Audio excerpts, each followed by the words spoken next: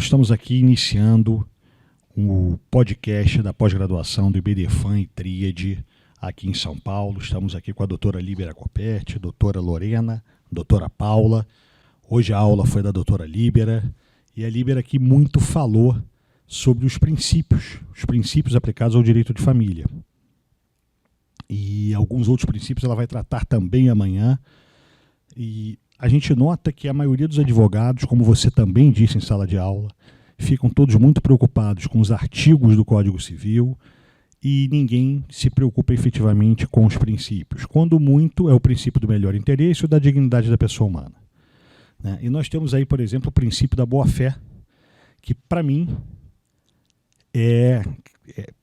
ele tem um status de preceito jurídico, eu acho que tem um valor muito maior do que outros princípios, porque dentro do direito de família, eu acho que esse princípio da boa-fé ele tem uma valoração maior do que, por exemplo, numa relação consumerista, aplicado numa relação empresarial. E dentro dele eu acho que ele serve meio como um guarda-chuva para a gente pensar em vários aspectos, não só do direito de família, como também das relações do direito de família, que eu digo da conjugalidade, mas como também na parentalidade. E eu queria que você pudesse falar rapidamente e depois vou passar aqui para as duas, para elas também fazerem uma colocação.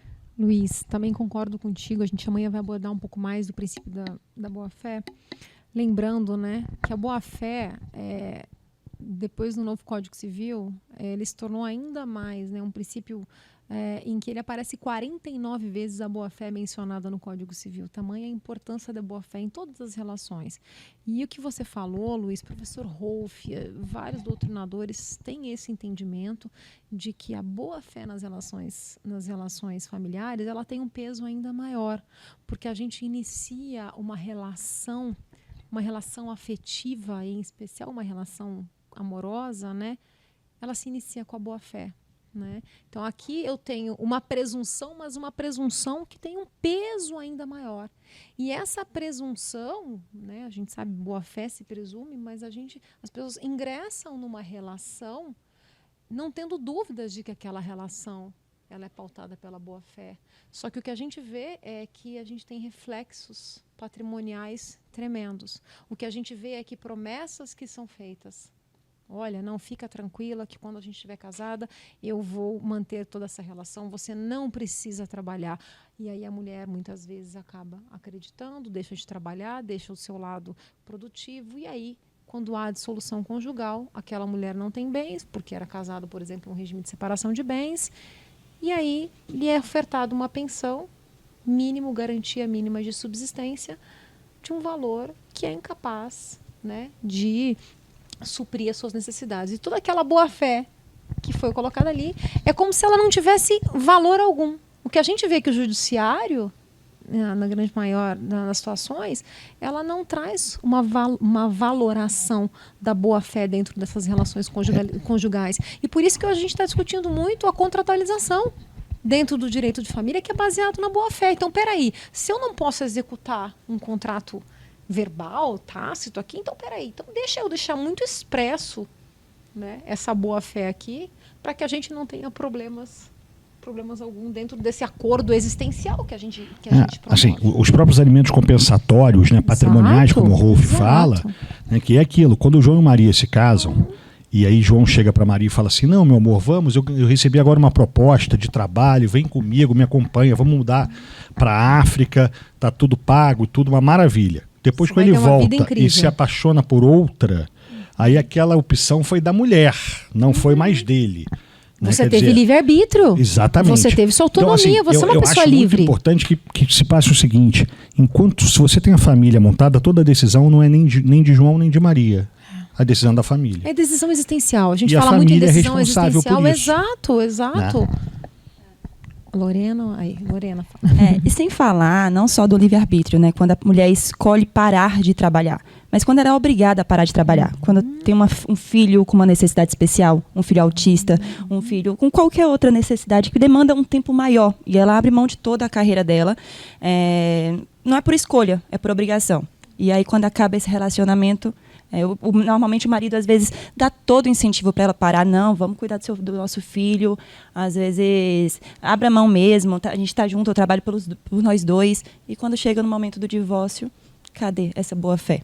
Exato. Acho que a gente precisa repensar a boa-fé, porque a gente não vê, quando a gente vai falar, principalmente em alimentos, o Luiz deu bem o exemplo dos alimentos compensatórios e os próprios alimentos, né, necessários, e aí a gente vê que ainda a jurisprudência, ela não trata do que foi acordado. Então eu sempre vejo assim, clientes falando, mas ele me prometeu, foi o que a gente estabeleceu, né? Mas infelizmente ainda a jurisprudência ela acaba olhando aí de uma forma muito mais pragmática, necessidade, possibilidade, etc e tal, e não olha para essa boa-fé que existiu dentro desse plano existencial, né? E aí a gente tem uma violência, né? Eu falei na violência judicial, uma violência judicial dentro dessas relações, né? Em que não há esse critério. E eu quero dizer que muitas mulheres podem ser forçadas a se casar no regime da separação de bens. E em que medida o homem já está antecipadamente de má fé quando a força a... Você pode até pensar em induzimento ao erro, né? Você pode falar em induzimento ao erro, mas de que forma é que a gente vai instrumentalizar isso, né? Porque eu estou pensando, e eu já sempre penso com cabeça de advogada, né? Que medida que eu posso levar. E tem um caso que eu vou trazer na aula amanhã, que é bem interessante, que o Tribunal de Justiça do Rio de Janeiro, ele anulou um casamento porque esse senhor se casou com afeto, com amor, na boa fé, acreditando que aquela era uma relação de afeto, e que depois ele veio descobrir que era uma relação, como a gente vê, infelizmente, em muitas situações, vinculada essencialmente a vias tão somente interesses patrimoniais por parte dela. E aí, o Poder Judiciário do Rio de Janeiro reconhece que, nesse caso, a boa-fé, que ele ingressou nesse relacionamento de boa-fé e que, portanto, ele foi induzido a erro. Então, nesse julgado, ele reconhece o induzimento a erro e ele reconhece a existência da boa-fé dentro dessa relação. Eu acho bem paradigmático, bem interessante esse julgado que a gente vai tratar em aula. E você pode inverter exatamente para a posição que você deu, né? Quer dizer, a mulher às vezes acredita e é levada a assinar o contrato da separação de bens, muitas vezes até os homens chegam e falam assim, olha, eu sou sócio de uma determinada empresa e na minha sociedade, para eu poder permanecer na minha sociedade, o regime tem que ser o da separação de bens, para não ter nenhum problema que possa vir a afetar a sociedade numa partilha futura. Mas, meu amor, você fica tranquila, porque você vai ter tudo. Tudo que eu tiver para mim, você vai ter para você. Aí está a boa-fé. Ele está de má-fé. Mas aí depois a gente vai ter que brigar para mostrar a boa-fé. Ela pode até chegar num caso como esse, não sei se a Líbera assim entende. Olha só, eu casei naquele regime por um pedido, uma imposição ou por uma necessidade dele. Mas ele sempre garantiu que a mim nada faltaria, que eu estaria na mesma condição que teria para ele. E aí a gente pode usar o princípio da boa-fé. O que eu vejo é que, assim, pouquíssimas vezes a gente gente se depara com a arguição do princípio da boa-fé nas petições, sejam nas ações de alimentos, sejam na de guarda, porque, por exemplo, também, nós hoje vivemos um outro tempo, né?